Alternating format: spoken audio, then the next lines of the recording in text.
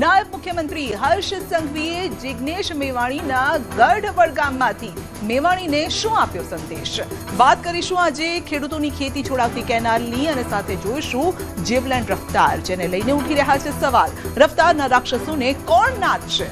જોઈશું સૌરાષ્ટ્રથી લઈ દક્ષિણ ગુજરાત સુધી દીપડાના આતંકની વાત કરીશું અને સાથે જ એવા ફીવરની વાત કરીશું જેણે અમરેલીમાં 12 વર્ષ બાદ દેખા દીધી છે અને સફર કરીશું સફેદ રણમાં શરૂ થયેલા રણોત્સવની. તો પટ્ટા પોલિટિક્સ વચ્ચે રાજ્યના નાયબ મુખ્યમંત્રી હર્ષ સંઘવીનો જિગ્નેશ મેવાણીના ગઢમાં ભવ્ય રોડ શો. દારૂ અને ડ્રગ્સ મુદ્દે વિપક્ષ પર વરસ્યા. મેવાણીના ગઢમાં હર્ષ સંઘવીની ગર્જના.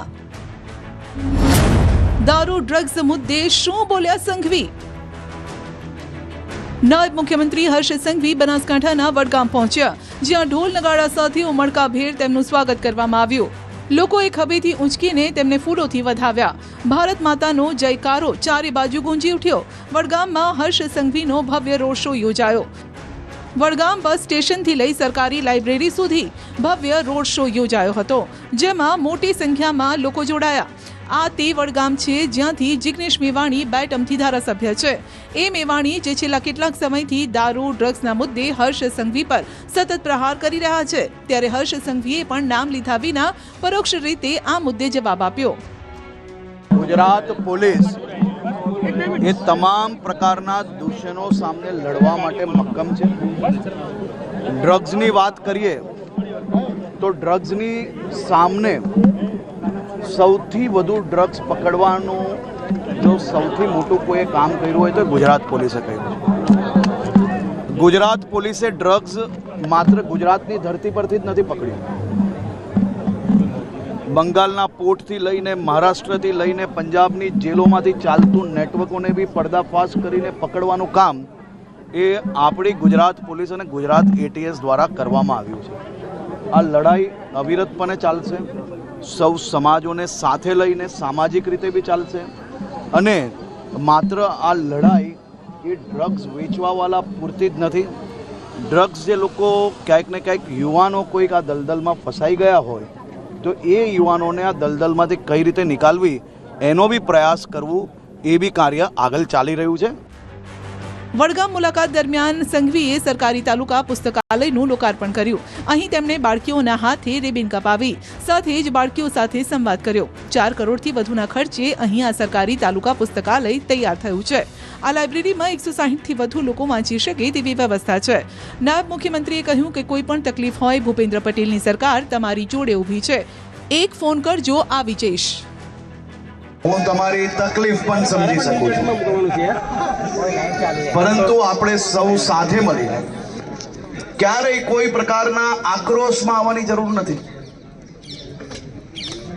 સમાજ જીવનમાં તમારી બધી જ જરૂરિયાતો માટે ભૂપેન્દ્રભાઈ પટેલની સરકાર એ તમારી જોડે ઊભી છે. ફોન કરજો, અડધી રાત્રે આવી જઈશ. સૌરાષ્ટ્રથી લઈ દક્ષિણ ગુજરાત સુધી દીપડાના આતંકથી લોકોમાં ભયનું લખલખું, તો રખડતા શ્વાને પણ લોકોમાં ફેલાવ્યો ડર. ગીર સોમનાથમાં આદમખોરના આંટા ફેરા. વલસાડમાં શિકારની શોધમાં શિકારી. જામનગરમાં દીપડાએ ફેલાવી દહેશત. સ્થળ અલગ અલગ પણ દહેશત એક. સૌરાષ્ટ્રથી લઈ દક્ષિણ ગુજરાતમાં જેણે ડર ફેલાવ્યો છે, જેણે લોકોના શ્વાસ કર્યા છે અદ્ધર. ન લોકો રાત્રે શાંતિથી સૂઈ શકે છે, ન દિવસે નિરાંતે ફરી શકે છે, કારણ કે તે છે લાલ લોહીનો તરસ્યો. શિયાળામાં આ જૂની આફતે ફરી માથું ઊંચક્યું છે. દીપડાઓ હવે ગામડા સુધી સીમિત ન રહેતા શહેરો સુધી શિકારની શોધમાં પહોંચી રહ્યા છે. કોડીનારના જાનબાઈ માતા મંદિર વિસ્તારના આ સીસીટીવી છે, જ્યાં દીપડાના આટાફેરાથી શહેરીજનોમાં ફફડાટ ફેલાયો છે. આદમખોરનો આતંક હવે હદ પાર કરી ગયો છે.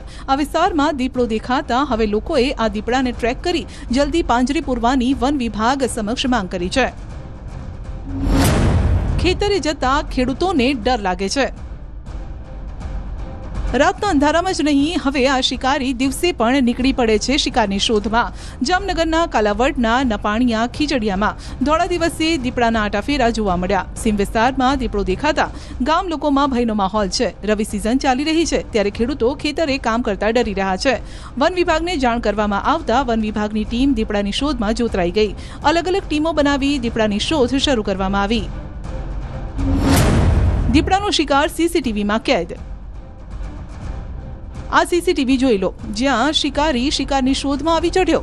આ સીસીટીવી વલસાડના ધનોરી પંથકના છે, જ્યાં એક મકાનના આંગણામાં દીપડાનો શિકાર કેદ થયો છે. ઘરના આંગણે દીપડો આવી ચઢ્યો અને શ્વાનનો શિકાર કરી ગાયબ થઈ ગયો.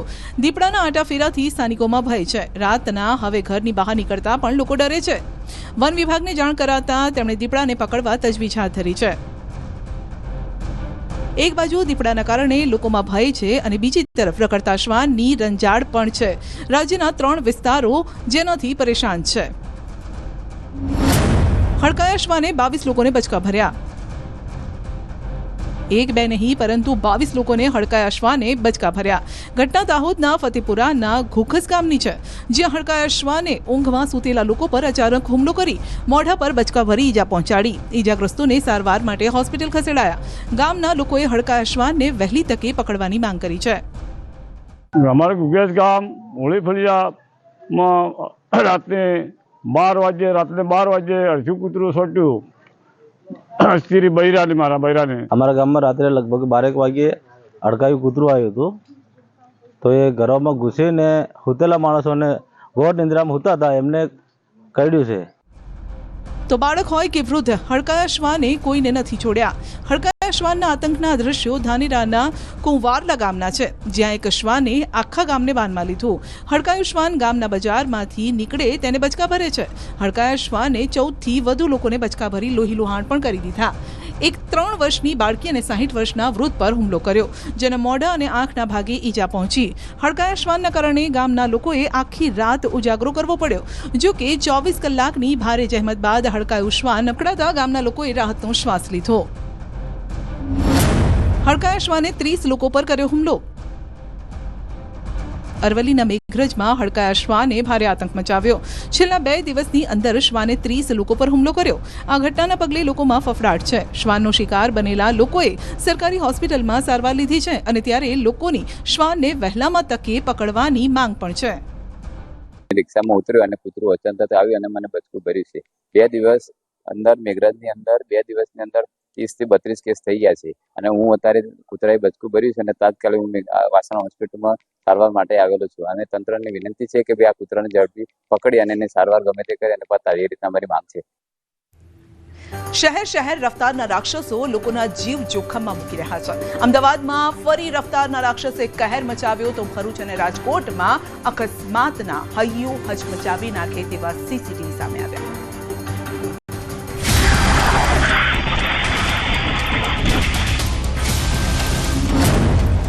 શહેર રફતારના રાક્ષસોનો કહેર.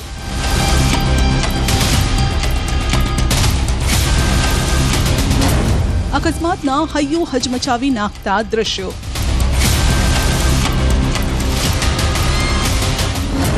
ટ્રક સાથે ઇકો ધડાકાભેર અથડાઈ. ઝઘડિયા જીઆઈડીસી જતા રસ્તામાં ગોઝારો અકસ્માત થયો, જેના સીસીટીવી સામે આવ્યા, જેમાં જોઈ શકાય છે કે લોખંડના બેરિકેડ ભરીને જતી ટ્રક સામેથી આવતી ઇકો કાર સાથે ધડાકાભેર અથડાઈ હતી. અકસ્માત બાદ ટ્રક ચાલકે કાબુ ગુમાવતા ટ્રક પલટી મારી ગઈ, જેના કારણે ટ્રક ચાલકનું ઘટનાસ્થળે મોત થયું. ઇકો નાળામાં ખાબકતા ઇકો ચાલકને ગંભીર ઈજા પહોંચી, જેને સારવાર માટે હોસ્પિટલ ખસેડાયો. 4 રસ્તા પર 2 એક્ટિવા વચ્ચે ટક્કર. રાજકોટ શહેરમાં આવેલ સાંકડી ગલીમાં ગફલત અકસ્માતને આમંત્રણ આપી રહ્યા છે. યાજ્ઞિક રોડ પર જાગનાથ વિસ્તારમાં અકસ્માતના સીસીટીવી સામે આવ્યા, જ્યાં 2 એક્ટિવા વચ્ચે ભીષણ ટક્કર થઈ. એક બાજુથી એક એક્ટિવા ચાલક આવી રહ્યો હતો, જ્યારે 4 રસ્તા પર બીજી તરફથી બીજો વાહન ચાલક આવતો હતો. બંને પોતાની ધૂનમાં હતા.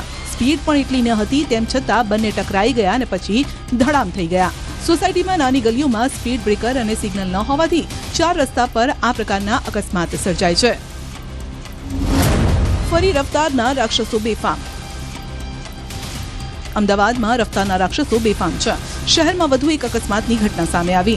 શહેરના વાડજમાં પલક 4 રસ્તા પાસે બેફામ રીતે કાર હંકારી કાર ચાલકે 2 વ્હીલરને ટક્કર મારી. કારની આગળનો ભાગ જોઈને જ તમને અંદાજો આવી ગયો હશે કે કારની સ્પીડ કેટલી હશે. આ ટક્કર કેટલી ભીષણ હતી. કાર ચાલકે એક્ટિવા ચાલકને પાછળથી ભીષણ ટક્કર મારતા એક્ટિવા ચાલક મહિલા ગંભીર રીતે ઇજાગ્રસ્ત થઈ. આ સાથે લોકોએ અકસ્માત બાદ કાર ચાલકને ઝડપી બરાબરનો મેથી પાક ચખાડ્યો. અમદાવાદમાં દિન પ્રતિદિન અકસ્માતની ઘટનાઓ બની રહી છે અને તેમાં વધુ એક અકસ્માતની ઘટના ગઈકાલે રાત્રે અમદાવાદના વાડજ વિસ્તારમાં જોવા મળી છે. એ દ્રશ્ય હું આપને બતાવીશ. અમદાવાદના વાડજ વિસ્તારમાં આવેલા પલક 4 રસ્તા પાસે એક અકસ્માતની ઘટના બની હતી, જેમાં એક કાર ચાલકે પોતાની કાર પૂરપાટ ઝડપે હંકારી અને એક્ટિવા ચાલકને અડફેટે લીધા હતા. એક્ટિવા ચાલકને કારે પાછળથી ટક્કર મારી હોવાની વિગતો સામે આવી છે અને એક્ટિવા સવાર જે મહિલા જે છે તે ગંભીર રીતે ઘવાઈ હતી. જોકે આસપાસના લોકો જે છે આ અકસ્માતની ઘટના બનતા એકત્રિત થઈ ગયા હતા અને કાર ચાલકને પકડી લઈ અને તેને માર્યો હોવાની વિગતો જે છે તે અત્યારે સામે આવી રહી છે. પોતાના એક્ટિવાને જ યુવકે લગાવી આગ. વડોદરા જીએસટી કોલોનીમાં વિચિત્ર ઘટના સામે આવી, જ્યાં એક્ટિવા માલિકે ખુદ પોતાના જ એક્ટિવાને આગ ચાંપી, જેના કારણે અફરાતફરીનો માહોલ સર્જાયો. દ્રશ્યમાં જોઈ શકાય છે કે આગના હવાલે થયેલું એક્ટિવા જે સંપૂર્ણ બળીને ખાખ થઈ ગયું છે. બાદમાં પોલીસને જાણ કરાતા પોલીસે આવીને તપાસ આરંભી. ઘર કંકાસથી કંટાળીને યુવકે પોતાના જ એક્ટિવાને આગ ચાંપી. જીપ અને કાર વચ્ચે ભીષણ અકસ્માત. ઉત્તર પ્રદેશના મઉથી પણ વિચલિત કરે તેવા અકસ્માતના સીસીટીવી સામે આવ્યા, જેમાં જોઈ શકાય છે કે રસ્તા પર એક સાઈડથી કાર ધીમી ગતિએ પસાર થાય છે અને ત્યાં સામેથી પૂરપાટ ઝડપે આવતી બોલેરો જીપ કારને જોરદાર ટક્કર મારે છે. જીપની સ્પીડ એટલી બધી હતી કે કારને ટક્કર માર્યા બાદ જીપ આગળ જઈને ઝાડ સાથે ધડાકાભેર અથડાઈ. બંને વાહનોમાંથી ટક્કર બાદ ધુમાડો નીકળવા માંડ્યો અને બંને વાહન ચાલકો ટક્કર બાદ વાહનમાંથી બહાર નીકળી ગયા. સદનસીબે આ અકસ્માતમાં કોઈ જાનહાનિ નથી થઈ, પરંતુ વાહનોનો ખુરદો બોલી ગયો. અકસ્માત થયો ત્યારે રસ્તા પર બીજા રાહદારીઓ કે વાહન ચાલકોની અવરજવર પણ નહોતી જોવા મળી.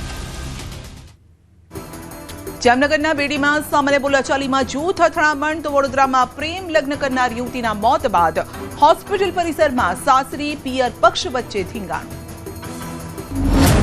પરણીતાના મોત બાદ હોસ્પિટલમાં ધીંગાણું.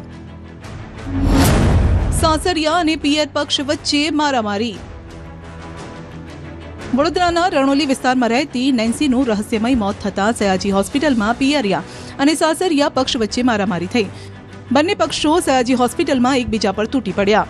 મૃતક નેન્સીએ 1.5 વર્ષ પહેલા ભાવેશ સાથે પ્રેમ લગ્ન કર્યા હતા. તે સાસરે રહેતી હતી. દરમિયાન ગત રાત્રે અચાનક નેન્સીના પિયરિયાને ફોન આવ્યો કે નેન્સીની તબિયત ખરાબ છે, તેને સયાજી હોસ્પિટલમાં દાખલ કરવામાં આવી. બાદમાં નેન્સીના માતા પિતા, ભાઈ બહેન સહિતના પરિવારજનો તાત્કાલિક હોસ્પિટલ પહોંચ્યા. ડોક્ટરોએ નેન્સીને મૃત જાહેર કરી, જે બાદ પિયર પક્ષના સભ્યો વિફરી ગયા. દીકરીની હત્યા કરાઈ હોવાનો આક્ષેપ સાથે સામસામે તેઓ મારામારી પર ઉતરી આવ્યા. સાસરી અને પિયર પક્ષના લોકો એકબીજા પર છુટ્ટા હાથે મારામારી કરવા લાગ્યા, જેનો વિડીયો પણ સામે આવ્યો. બંને પક્ષો વચ્ચે બબાલ થતા પોલીસ કાફલો ઘટનાસ્થળે પહોંચ્યો. સામાન્ય બબાલમાં 2 જૂથ વચ્ચે પથ્થરમારો. જેના હાથમાં જે આવ્યું તે લઈ સામસામે કરી રહ્યું છે વાર. થઈ રહ્યો છે પથ્થરમારો. ખુરશીઓ ફેંકવામાં આવી રહી છે. આ દ્રશ્યો જામનગરના બેડી વિસ્તારના છે, જ્યાં સામાન્ય બોલાચાલીએ ઉગ્ર સ્વરૂપ ધારણ કર્યું. 2 જૂથ સામસામે રસ્તા પર ઉતરી આવ્યા અને પછી બંને જૂથ એકબીજા પર તૂટી પડ્યા. આ ઘટનાનો વિડીયો સોશિયલ મીડિયા પર વાયરલ થઈ રહ્યો છે. ઘટનાની જાણ થતાં બી ડિવિઝન પોલીસ કાફલો ઘટનાસ્થળે ધસી આવ્યો. રસ્તા પર દારૂડિયાનું દંગલ.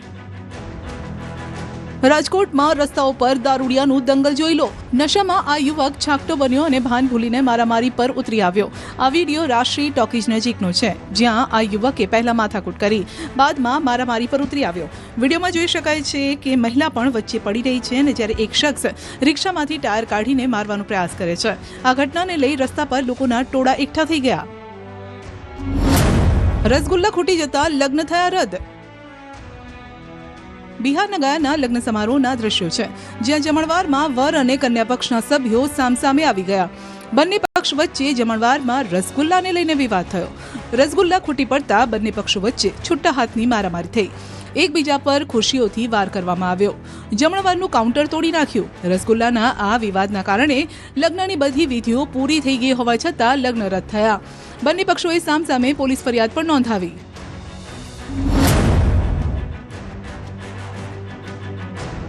પહેલા કરી તોડફોડ ને પછી 2 હાથથી કાન પકડીને માફી માંગી રહ્યા છે. લીંબાયત પોલીસે અસામાજિક તત્વોની શાન ઠેકાણે લાવી છે. કૃષ્ણનગરમાં આ લોકોએ દારૂ પીને દાદાગીરી કરી. દારૂ પીવાની ના પાડતા રહેવાસીઓના ઘર પર પથ્થરમારો કર્યો. પથ્થરમારાના લાઈવ દ્રશ્યો સામે આવ્યા. ત્યારે હવે પોલીસે આ તમામ 4 આરોપીઓની ધરપકડ કરીને તેમની શાન ઠેકાણે લાવી છે. આરોપીઓનું ઘટનાસ્થળે જઈને રીકન્સ્ટ્રક્શન કરવામાં આવ્યું. તમામ આરોપીઓની ઉંમર 20 થી 27 વર્ષ છે. કૃષ્ણનગર ખાતે રવિ ચોકો અને તેમના સાગરીતો વચ્ચે કોઈ પણ બાબતે ગાળાગાળી થયેલી હોય, જેથી ફરિયાદી શ્રી વિનોદભાઈના ભત્રીજા રવિ નાઓએ તેઓને તેમના ઘરની સામે ગાળાગાળી કરવાની ના પાડેલી. એ લોકો વચ્ચે ગાળાગાળી થયેલી અને છૂટા પથ્થરનો ઘા કરેલા, જે અનુસંધાને તમામ 4 આરોપીઓ વિક્કી ઉર્ફે રવિ ઉર્ફે ચોકો ને ચારેયને આરોપીઓને પકડીને કાયદેસરની કાર્યવાહી કરવામાં આવેલ છે. સુરેન્દ્રનગરના વઢવાણના વાડલા ગામે કેનાલ ખેડૂતો માટે બની છે અભિશાપરૂપ. કેનાલમાં ગાબડા અને લીકેજથી ખેડૂતો નથી લઈ શકતા પાક. ખેતર વેચવા જાય તો પણ કોઈ લેવા નથી તૈયાર. કેનાલમાં ગાબડાથી ખેડૂતો પરેશાન. કેનાલની અંદર એટલો બધો ભેજ આવે છે કે જે ખેતરની અંદર અમારે બીજું કોઈ પણ પાક કે એવું કંઈ થતું નથી. પાણી ભરાતા ખેતરો બિન ઉપયોગી બન્યા. નાના નાના ગાબડા પડ્યા, એનાથી ભેજના હિસાબે કંઈ થતું નથી અને કંઈ શિયાળુ પાકે નથી થતો કે નથી ચોમાવું પાક થતો. ખેડૂતોને ખેતી છોડવાનો વારો આવ્યો. ખેતરમાં એટલો બધો પાણીનો ભેજ આવે છે કે કંઈ પણ વાવવી તો પણ ઉગતું નથી અને ખેતરમાં પગ દેવી તો ખૂંચી જવાય છે. સુરેન્દ્રનગર જિલ્લાને નર્મદા કેનાલનો સૌથી વધુ લાભ મળતો હોવાના દાવાઓ વચ્ચે હકીકત કંઈક જુદી છે. વઢવાણના વાડલા ગામ પાસેથી પસાર થતી નર્મદાની બોટાદ બ્રાન્ચની મુખ્ય કેનાલમાં છેલ્લા 10 વર્ષથી ગાબડા અને લીકેજની ગંભીર સમસ્યાના કારણે આસપાસના ખેડૂતોની હાલત કફોડી બની છે. ખેતી આધારિત આ જિલ્લામાં જ્યાં કેનાલ આશીર્વાદ રૂપ બનવી જોઈએ, ત્યાં કેનાલ નુકસાન પહોંચાડી રહી છે. ગામની સીમમાંથી પસાર થતી આ મુખ્ય કેનાલમાં લીકેજ અને ગાબડાના કારણે 30 થી વધુ ખેડૂતોના અંદાજે 200 વીઘાથી વધુ ખેતરમાં સતત પાણી ભરાયેલું રહે છે. પરિણામે ખેડૂતોએ વાવેતર કરેલા કપાસ, મગફળી, એરંડા, ચણા, શાકભાજી સહિતના તમામ પાકો નિષ્ફળ જાય છે. ખેતરોમાં વધુ પડતા ભેજ અને પાણી ભરાયેલા રહેવાથી ટ્રેક્ટર પણ વાવણી માટે અંદર નથી જઈ શકતું. લીકેજ કેનાલના કારણે અનેક ખેતરો બિન ઉપયોગી બન્યા છે. કેનાલની અંદર એટલો બધો ભેજ આવે છે કે જે ખેતરની અંદર અમારે બીજું કોઈ પણ પાક કે એવું કંઈ થતું નથી. ટ્રેક્ટર ચલાવવા જઈએ તો ટ્રેક્ટર પણ ખૂંચી જાય છે અને અંદર એવા મોટા ગાબડા પડી ગયા છે કે અંદરથી એટલો બધો ભેજ આવે છે કે અમારા ખેતર બધી જમીન પડતર રહે છે. અને આ વસ્તુ જે છે એ છેલ્લા 10 વર્ષથી આવું બની રહ્યું છે. કેટલી જમીનનો અમારે અત્યારે લગભગ 200-300 વીઘાની જમીન છે જે કેનાલની નજીક જ છે. એ બધા ખેતરો આવી રીતના છે. બધા ખેડૂતને લગભગ અમારે 50-60 ખેડૂત છે. એ બધા લોકોને અત્યારે હાલની પરિસ્થિતિ આ જ છે. ચોમાસે ખેતી થતી નથી, પાણી રહે અને ખાલ જામી ગયો બધે અને નાળામાંથી ભેજ આવે, કેનાલનો ભેજ છે. ચોમાસે નથી, અત્યારે શિયાળામાં ટ્રેક્ટર ગળતું જ નથી અંદર. અમારા વાવેતર કેવું કરવું, અંદર ટ્રેક્ટર ચાલતું જ નથી. છેલ્લા 10 વર્ષથી આ સમસ્યા છે અને આ મામલે અનેક વખત ખેડૂતોએ નર્મદા વિભાગના મુખ્ય અધિકારીઓ, ધારાસભ્ય અને રાજકીય આગેવાનોને રજૂઆત કરી ચૂક્યા છે. તેમ છતાં પરિણામ શૂન્ય છે. તંત્રના પેટનું પાણી હલતું નથી, માટે ખેડૂતો હવે ખેતી છોડી અન્ય વ્યવસાય તરફ વળવા મજબૂર બન્યા છે. પરંતુ આ પડતર ખેતરો ખરીદવા હવે કોઈ તૈયાર નથી. અંદર કઈ હાથી હાલતું નથી, કઈ પાણી અંદર હાથી હાલે ને અંદર શું વાવી શું કરી? આવું આવું રહે તો અમે ખેતી કેવી રીતે કરી શકશું? ખેતર વેચવા જાવ તો ખેતર વેચવા જાવી તો ખેતર કોઈ રાખતું નથી પાણી ના ઓલાયથી. શેના હિસાબે નથી રાખતા? ભેજના હિસાબે. કેનાલ અટતું ખેતર છે તો શું કરવું આ બાબતથી? એ માટે અમે કેનાલના સાહેબોને, સરકારને, આગેવાનોને ઘણા બધાને જાણ કરવા છતાં આનો કોઈ પણ નિકાલ કે કોઈ પણ રસ્તો થતો નથી. તો આ બાબતથી અમે ઘણી વખત જાણ કરવા છતાં કોઈ ધ્યાન નથી આપતા. તો હવે આ ખેતરમાં કઈ ઉગતું ન હોવાથી 10 વર્ષથી કંટાળી હવે આ ખેતર વેચી દેવા માંગુ છું, પણ ખેતર પણ કોઈ લેવા માંગતા નથી. કેનાલના ગાબડા અને લીકેજથી ખેડૂતો હવે કંટાળ્યા છે. જમીન વેચવા તૈયાર થયા છે. દાવા એવા થયા છે કે કેનાલ આવે ત્યાં 3 પાક લઈ શકાય, પણ અહીં તો કેનાલ આવ્યા બાદ જમીન જ બિનઉપયોગી બની ગઈ છે. છોટાઉદેપુરમાં ખેડૂતોના ખાતામાં આવ્યા પાક નુકસાનીની સહાયના રૂપિયા. કમોસમી વરસાદથી થયેલ નુકસાનીના પ્રથમ તબક્કાની ચૂકવણી પૂરી થતા ખેડૂતો હરખાયા. રવિ સિઝન સમયે જ ખાતું થયું ખણખણ. છોટાઉદેપુરમાં 15.6 કરોડની પાક નુકસાનીની રકમ ચૂકવાઈ. તે અરજી મંજૂર કરીને અમને જે કૃષિ સહાય 2 હેક્ટર દીઠ 44,000 આપવામાં આવેલા છે અને અમને અત્યારે મળી ચૂકેલા છે. અને એ હાલ અમે જે નવું ખેતીનું વાવેતર કરવાનું છે એનું બિયારણ ખાતર લાવવા માટે એનો ઉપયોગ કર્યો છે. છોટાઉદેપુર જિલ્લામાં ખેડૂતોને કમોસમી વરસાદના કારણે થયેલ પાક નુકસાનમાંથી બહાર લાવવા માટે રાજ્ય સરકાર દ્વારા જાહેર કરાયેલા રાહત પેકેજ સહાયની ચૂકવણી શરૂ કરી દેવાઈ છે. જિલ્લાના હજારો ખેડૂતોને અત્યાર સુધીમાં કુલ 15.6 કરોડની રકમ ચૂકવાઈ છે. જિલ્લા વહીવટીતંત્રે જણાવ્યું કે પ્રથમ તબક્કાની ચૂકવણી પૂરી થઈ છે. બાકી રહેલા અરજદારોને આવનારા દિવસોમાં તબક્કાવાર સહાય ચૂકવાશે, જેનાથી ખેડૂતોમાં સંતોષ છે. અત્યાર સુધીમાં 71,000 જેટલી અરજીઓ સરકારને મળી છે.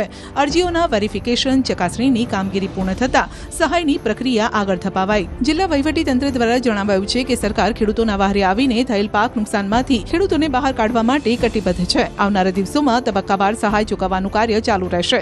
સરકાર દ્વારા સમયસર અને સીધી સહાય ખાતામાં જમા થતા ખેડૂતોમાં સંતોષની લાગણી જોવા મળી છે. કૃષિ રાહત પેકેજ ઓક્ટોબર 2025 જાહેર કરવામાં આવેલું છે, જેના અનુસંધાનથી તારીખ 14/11/2025થી ખેડૂત મારફત અરજીઓ કરવામાં આવેલ છે. તેમાં આજ દિન સુધી ખેડૂત તરફથી ટોટલ 71,287 જેટલી અરજીઓ થયેલી છે. 34,565 જેટલી અરજીઓને અમે એપ્રુવલ કરી દીધી છે અને હાલ એ જે અરજીઓ એપ્રુવલ થઈ છે વત્તા અને એની અંદરથી અમે 5,000થી વધુ ખેડૂતોને ઓનલાઈન પેમેન્ટની પણ ચૂકવણીની પ્રોસેસ હાથ ધરી દીધી છે. અમરેલીમાં 12 વર્ષ બાદ કોંગોની એન્ટ્રી થતા હડકંપ. 12 વર્ષ પછી ફરી કોંગોનો કહેર. સાવરકુંડલાના વિદ્યાર્થીને અમદાવાદ ખસેડાયો. અમરેલીમાં વર્ષો બાદ કોંગો ફીવરનો શંકાસ્પદ કેસ સામે આવતા આરોગ્ય વિભાગ દોડતું થઈ ગયું. સાવરકુંડલા માનવ મંદિર આશ્રમ ગુરુકુળના 18 વર્ષના વિદ્યાર્થી રોનક ગોંડલિયામાં કોંગો ફીવરના લક્ષણો દેખાતા તેને સીધો જ અમદાવાદ સિવિલ ખાતે ખસેડવામાં આવ્યો. શંકાસ્પદ કોંગોનો કેસ ગણી સેમ્પલ લઈ પૂના લેબોરેટરીમાં તપાસ માટે મોકલાયા છે.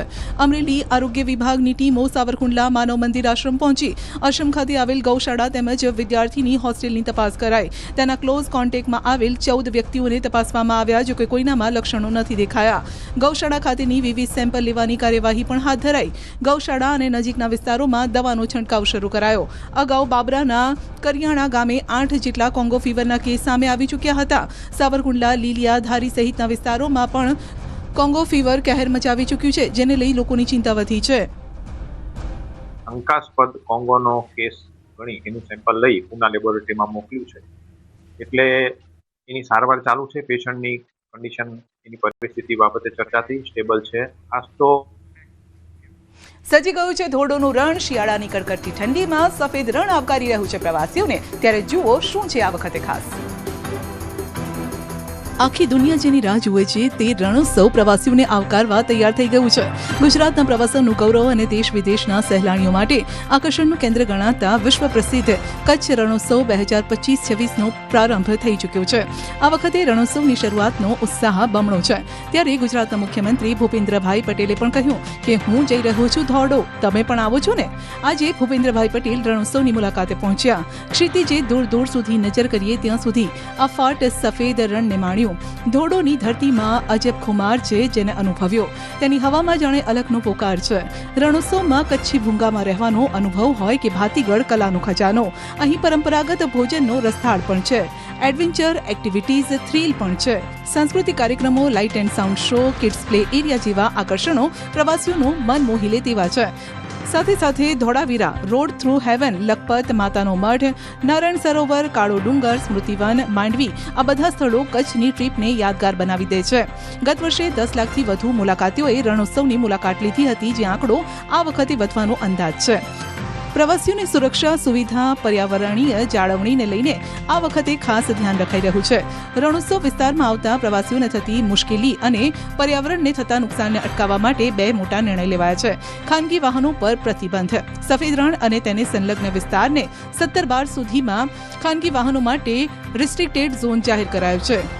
સબરસ બસ સ્ટેશનથી વોચ ટાવર સુધીના વિસ્તારમાં તેમજ વોચ ટાવરની આસપાસના પર્યાવરણની દ્રષ્ટિએ પણ સંવેદનશીલ એવા સફેદ રણ વિસ્તાર રોડ ટુ હેવન એટલે કે કાઢવાણથી ધોળાવીરા ગામના એન્ટ્રી પોઈન્ટ સુધી અને ધોરડો રણ ઉત્સવના વિસ્તારને પ્લાસ્ટિક ફ્રી ઝોન જાહેર કરાયો છે. અહીં પ્લાસ્ટિકની બોટલ, કોથળી, સિંગલ યુઝ પ્લાસ્ટિકની વસ્તુઓ ફેંકવા પર પ્રતિબંધ છે. રણોત્સવ દરમિયાન સહેલાણીઓને વધુ સુખદ અને સલામત અનુભવ મળે તે માટે નિયત સમિતિ પાસે રજીસ્ટ્રેશન કરાવ્યા સિવાયની અનઅધિકૃત ઘોડા, ઊંટ સવારીની ફેરી સર્વિસ પર પણ પ્રતિબંધ મુકાયો છે. તો સુવિધાથી સજ્જ છે આ રણોત્સવ. ક્યારે લો છો તમે મુલાકાત?